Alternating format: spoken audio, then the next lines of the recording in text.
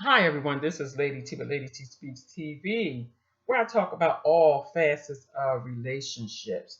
So I'm continuing on the series, God's Design for Marriage, how you move from a difficult marriage to a more healthy whole marriage. And this is part 6 in the series. And I wanted to start today talking about what God expects in a difficult marriage, how you can navigate through that, and some tools to get you on point with how you move forward.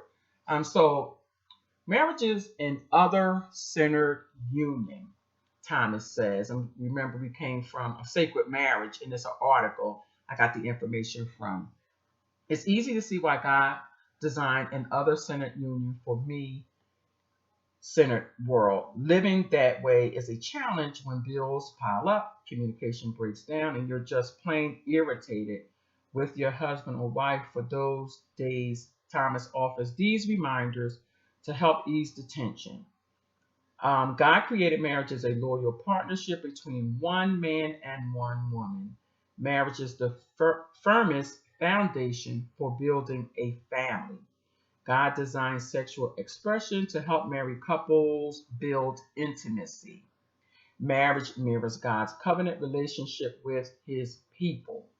We see this parallel throughout the Bible. For instance, Jesus refers to himself as the bridegroom and to the kingdom of heaven as a wedding banquet.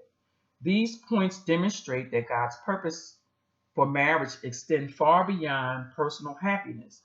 Thomas is quick to clarify that God isn't against happiness per se, but that marriage promotes even higher values. God did not create marriage just to give us a pleasant means of repopulating the world and providing a steady societal institution to raise children. Further, he planted marriage among humans as yet another signpost pointing to his own eternal spiritual existence. So, serving your spouse, he spends the entire evening at the office again. She spends money without entering it into the checkbook. He goes golfing instead of spending time with the kids. From irritating habits to weighty issues that seem impossible to resolve, loving one's spouse through the tough times isn't easy, but the same struggles that drive us apart also shed light on what we value in marriage. If happiness is our primary goal, we'll get a divorce as soon as happiness seems to wane. If receiving love is our primary goal, we'll dump our spouse as soon as they seem to be less attentive. But if we marry for the glory of God, to model his love and commitment to our children, and to reveal his witness to the world, divorce makes no sense. Couples who survived a potentially marriage ending situation, such as infidelity or a life threatening disease, may continue to battle years of built up resentment, anger, or bitterness. So, what are some ways to strengthen a floundering relationship or even encourage a healthy one?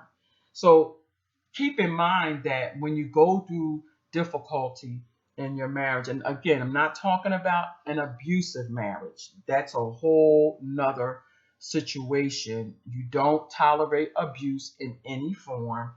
God does not want us to be a whipping post for anyone. So in that case, you don't stay in the situation.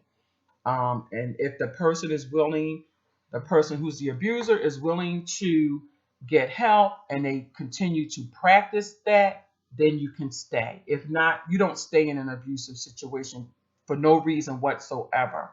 You just don't do it. But we're talking about couples who are having difficulty in their marriages and that are willing to allow God to be God in the midst of that. And they're learning how to navigate through their difficulty. Some people have infidelity, and infidelity for some is a end for their marriage. But then there are some people who reconcile and they move through that. But again, that's a personal choice, and it's between you, your spouse, and God. So let's move on to the things that we should be focusing on. So focus on your spouse's strengths rather than your weaknesses. And we've all done this. We've all looked at and been critical with things with our spouse. instead of looking at their strengths and realizing that we all have weaknesses and we all have strengths. And in actuality, we should complement one another. Like, for example, if my financial area, if I'm not the person who is good with finances, then and my spouse is, then I should allow them to govern our finances. Of course, praying about it, but to govern our finance. And for me, that's a huge one because if you view money different than your spouse and you're a saver and they're a spender, you're going to have problems. So that's just an example to go over. But again, if that's your strong suit, then y'all talk about it, and then you should be the person that oversees the finances, but getting input from your spouse. That's very important. You shouldn't be somebody who hoards over the money, lords over it, and distribute how you think it should be distributed. You're supposed to be one. So it's supposed to be that you both sit down and make crucial decisions together when it pertains to money and every other thing. And so that should be what happens in a healthy marriage. But in an unhealthy marriage, that does not happen. And you have to work on that.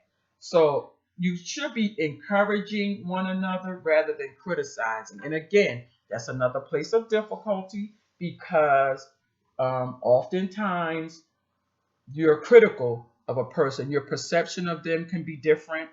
You can be looking at how they do things and say it's not the right way, and but you should be encouraging them. So sometimes it's good to sit down and go over a list of the characteristics or the things that you really like about the other person, privately, and just look over them, and in areas that you think they need to improve in, you should be asking God to help them to improve in that, and what can you do to encourage them to improve in that situation or in that area. But again, sometimes you can only see your perspective and not the other person's. And that's why we talked about 1 Corinthians, the 13th chapter, because you want to take everything from God's perspective and apply it to your relationships, marital and otherwise. Learn and live what Christ teaches about relating to and loving others. And I just said that to you. So that's important. With young couples in particular, can benefit from this advice. After all, many newlyweds aren't adequately prepared to make the transition from seeing one another several times a week to suddenly sharing everything. Odds are annoying habits and less than appealing behaviors will surface. Yet, as Christians, we are called to respect everyone, including our spouse. And that's important. When you first get married, there's a different dynamic.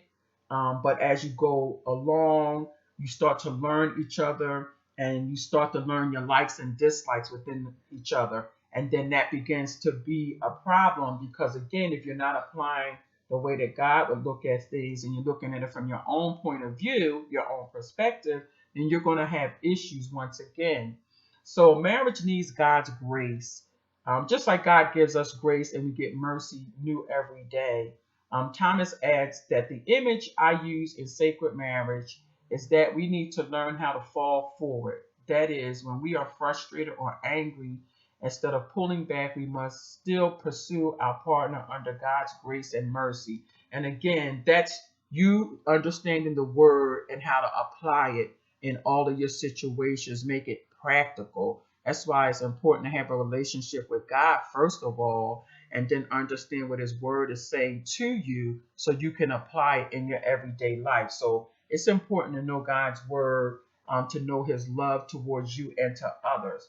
Lastly, Thomas suggests that praying this helpful prayer, he says, Lord, how can I love my spouse today like he or she's never been loved and never will be loved?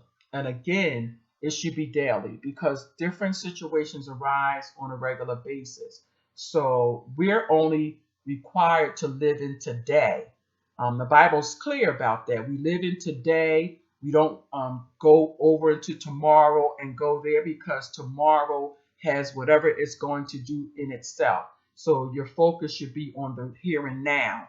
And that's walking by faith, believing that what God has promised in His Word will be worked out day to day. So that's walking by faith and not by sight. And women, we do have a tendency to go down the road and to, foresee something that may not even be realistic. So pull it in, focus on the here and now. And then you won't get into, well, what ifs? What if I did this? What if they did this? What if this happens? If you don't do the what ifs, you focus on the here and now, it'll be a whole lot easier to navigate through difficult times. So that's I thought was really important to pull out of the discussion. Now, while other marriage books, he said, leaves us feeling overwhelmed, and they spotlight our shortcomings in providing pages of relationship homework, which goes out the window for most people because, again, you have to practice it on a regular basis, and not everybody is willing to do that. And so all of the information that you get from those sorts of books goes out of the window, and you go right back to the same behavior that caused the destruction. Um, but he's clear that any couple can have a successful, happy, and holy marriage. With a Christ centered relationship and other centered attitude and unwavering commitment to making it work, your marriage can flourish just as God has designed it. So, the thing too is to cherish. Couples who cherish each other recognize that each spouse is created in God's image and is therefore of infinite worth and value. They understand that God created everyone different, and they treasure the unique characteristics in their spouse. Thriving couples work to keep an attitude of respect and appreciation for each other. Philippians, the second chapter, the third verse. They remember what they value about their marriage, keep reminders of good memories, and celebrate milestones together. So we're going to stop here because we're going to come back and we're going to talk about healthy individuals and commitment to marriage and the spiritual aspect of it as well. But I think that this is enough for you to really think about. And as I do these videos, that's what it's designed to do, to really give you a way to think about if you're applying everything that God is saying in your difficult marriage. Is it you? Is it your spouse? And we can only work on ourselves. We're not responsible to work on another human being. We're responsible to work on ourselves. Work out our soul's salvation with fear and trembling. Doesn't mean to be afraid, but to really shed the light on areas that you can work on and you can build on in yourself so that you can be more successful and you can produce a more healthier outlook, God's design for your marriage. All right, I'll come back and we'll talk some more. This is Lady T with Lady T Speaks, where I talk about all facets of relationships. Be empowered, be blessed, be successful in all that you do, but most of all, show God's love in the earth towards everyone. And I'll come back. We'll talk again. Have a blessed day.